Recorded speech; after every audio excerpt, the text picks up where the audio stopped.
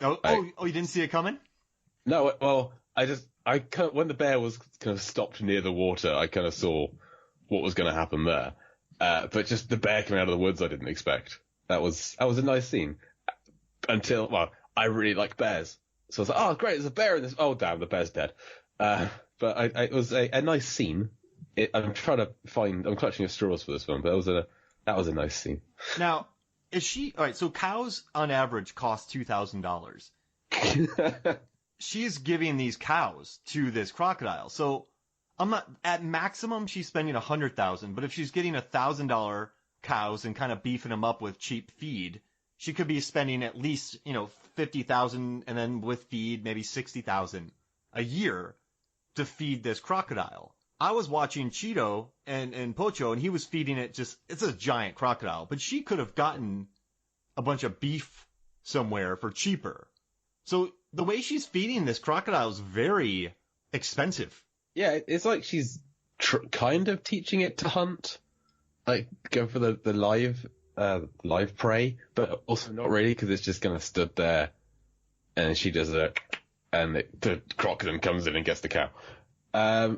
It has to be like a kind of a surrogate child situation. She has to think of the croc as like the kid she never had. Her husband's left her now. This is all she has. So she's going to give everything she's got into raising this croc. So if she has a large sum of money somewhere, which can't be life insurance because no one knows her husband's dead, just from something else, then if she wants to spend it on raising this croc, to give this croc everything in life that she never had as a child, then fine.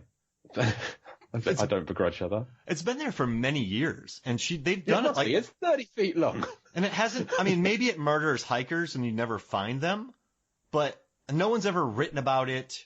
No one knows about it. The locals don't know about it. Yeah, there's no string of mysterious disappearances. Fish and Game don't know about it. Yeah.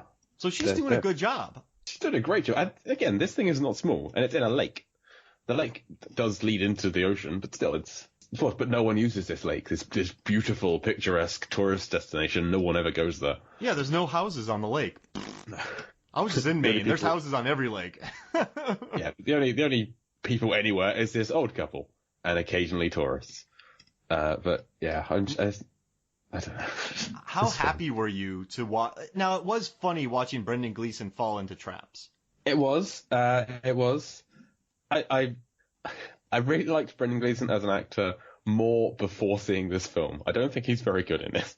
Now, to be fair, it's 99, right? So he was on Happy, Sad, Confused, and he was in Braveheart. He had other roles.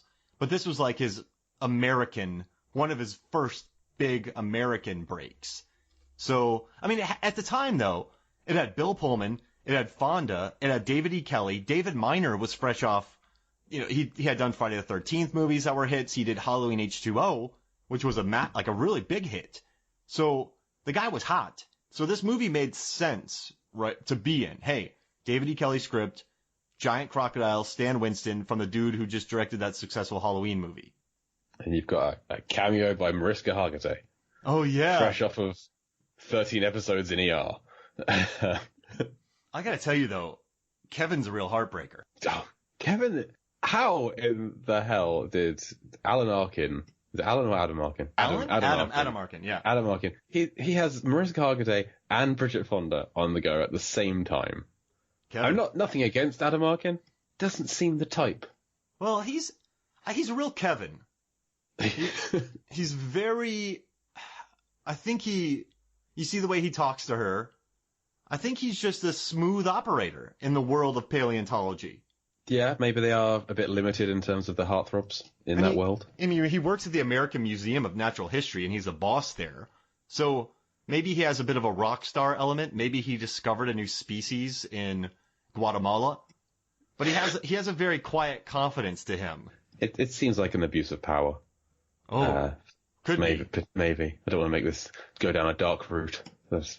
I feel like he should, I don't know, think more carefully about his actions. But yeah, that's kind of a scene that feels like it was missing, where you have him calling in Bridget Fonda, says, come talk to me for a minute, cut to her crying and explaining to Mariska Hargitay that she's been dumped. Oh, and yeah. Mariska Hargitay knows that she's been dumped because she's the one who is seeing her former boyfriend. I'm not sure if seeing the scene in the middle would have been beneficial. Make Bridget Fonda's character a little bit more endearing, instead of she's comes across quite a brittle and unlikable character throughout. When she's like this New York woman who's gone to Maine, doesn't want to be there, she's allergic to timber, she hates all kinds of bugs, she hates camping. Yet as a child, she grew up on a lake with her grandparents, skimming stones. And some inconsistencies in this script.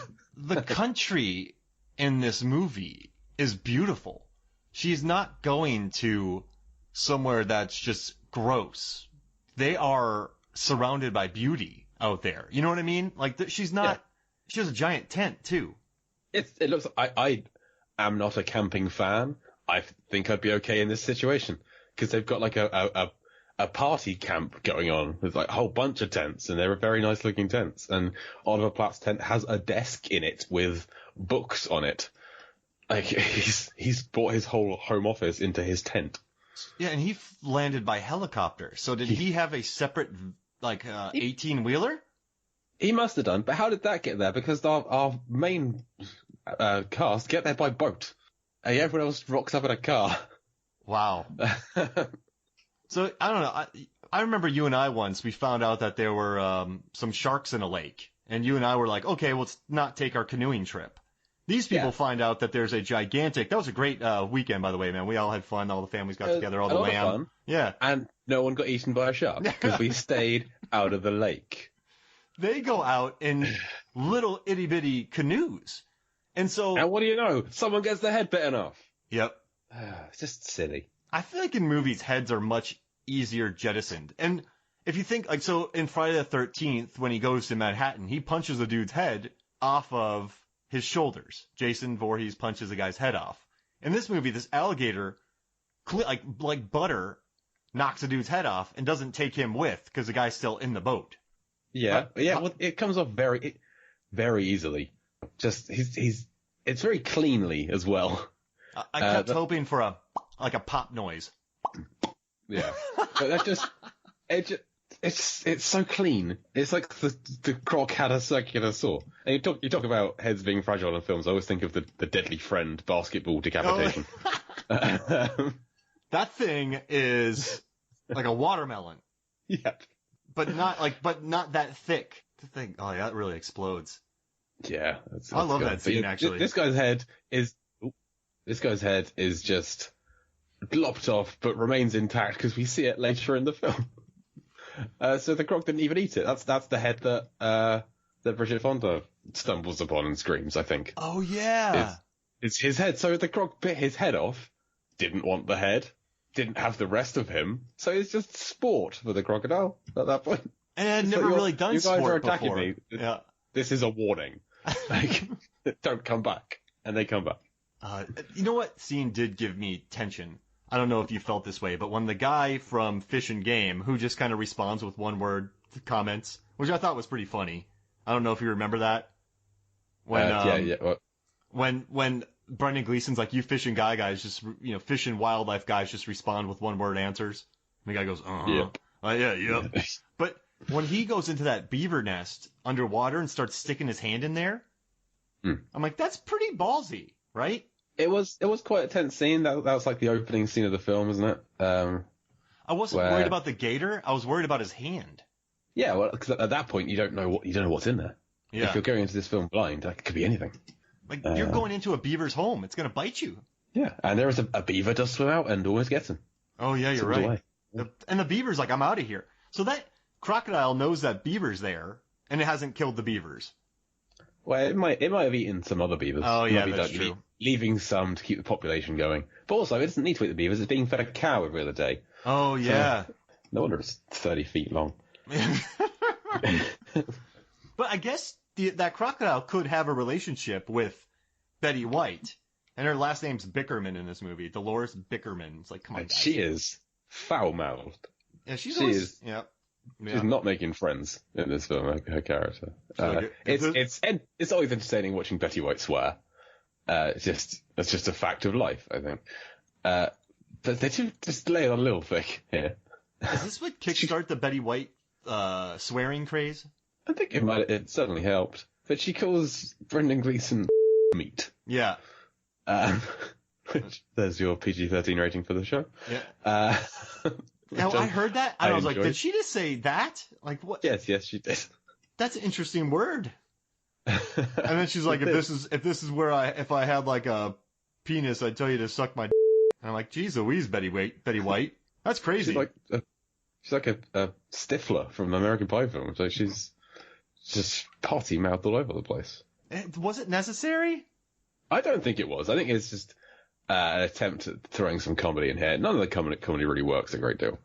I liked a couple of the lines in it. When Hector, Oliver Platt says, I'm a civilian, not a trout. I thought that was kind of funny.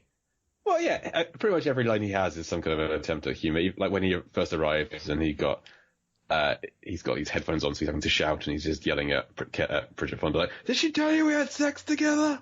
Oh, yeah. Did they? I don't think they did. So like a lot of things he says are funny, but also sometimes aren't funny when he's trying to hook up with the female deputy. Oh yeah, with mate.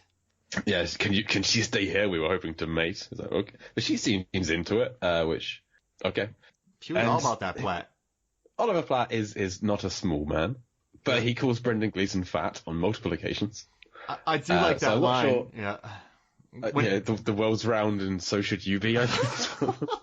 When he goes, Sheriff, when friends or family say certain things, they tend not to register. So it helps to hear it from a complete stranger. You're fat. Right, but look at a mirror, Platt.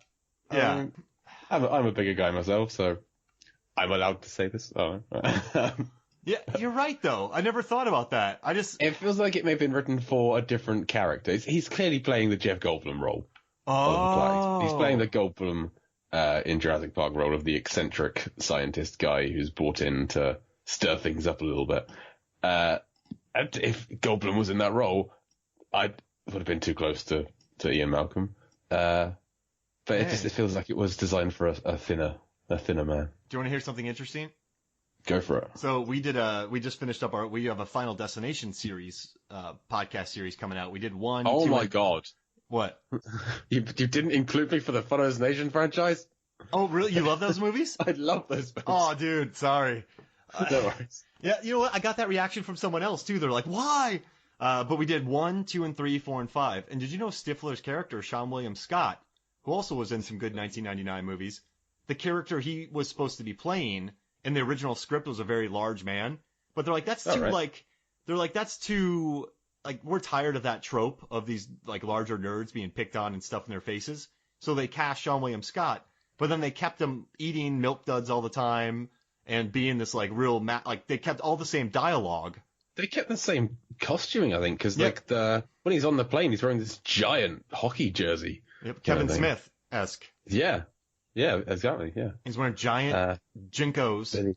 But yeah, they never rewrote the script, so maybe they did that with Lake Placid. Maybe they switched them. Maybe Sean William Scott was supposed to be playing the Oliver Platt role, and Platt was supposed to be in Final Destination. Oh, that'd be amazing. Hey, I have a quick question for you. How would you rank the Final Destination movies? I just want to know. 2, 5, 1, 3, 4. Wow, that's interesting. I really like the second one. I think it's the first one I watched. 4, when I say 4 is last, 4 is you need to keep digging a really, really deep hole to put 4 way in last place, because it's such a terrible, terrible film with some of the worst CGI I've seen in any film. It took me 4 times to watch an 80-minute movie. Yeah, it's not good. It's awful. I like the cross-cutting between the car wash and the swimming pool. That kind of the death and the not death. That's the only good thing I can remember from 4. Hey, that's a soggy death right there. That is a soggy death. Yeah, that's one of the worst deaths in the whole saga. Is that guy having his innards ripped out through the swimming pool drain. Oh, that movie is so bad. John Levengood, who writes for Movies, Films, and Flicks, he said it's the 8th best Final Destination movie. Yeah, I've been reading his coverage on him. Yeah, that's pretty funny. And then, so for me, man, it's 1, 5, 2. I would watch all the time, and then 3, 5. Mm-hmm. 3, 4. 3, 4. Yeah. I'm sorry. Yeah, 1, 5, 2, 3, 4. I like the first. Okay. I like 1, 2, and 5 a lot. Yeah, me too. I like quite a lot of